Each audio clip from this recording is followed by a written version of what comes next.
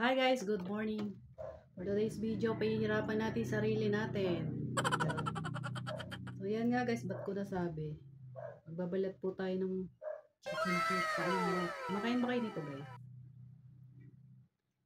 Yun nga lang, matrabaho to guys. Tatanggalan mo pa ng kuko. Tapos, aalisan mo pa ng balat. So, tiyaga-tiyaga lang guys. Pag may tiyaga, may nilaga nga daw. Diba? Sige, pahirapan natin sarili natin. Charot. Okay lang yun guys, kasi ano to, collagen daw to. Paborito to nung anak ko, charot. Ako pala. Nakakain ako ng ganito guys sa Japan.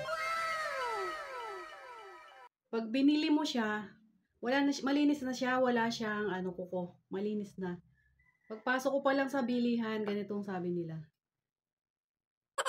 Ano bibilin mo, ganito? Yung mga bata doon, pinagtatawanan kami. Kasi, mga Pilipino daw kumakain ng paa. Sabi nila. Pero ngayon, sila kumakain na rin ng paa. Ulad yan guys, masarap yan. Depende na lang sa nagluluto talaga. Adobo, ang masarap dyan, yung adobong tuyo. Kaway-kaway sa mga kumakain ng paa.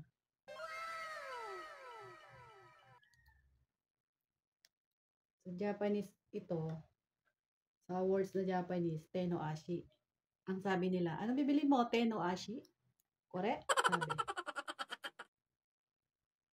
Wala may natatawa. Kasi nga, paborito namin yan kasi collagen yan.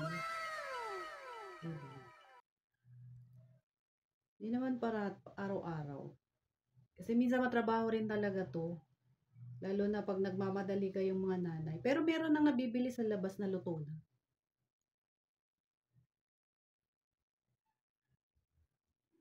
So yan lamang guys, maluluto na po at i-prepare lang natin para mabilis na.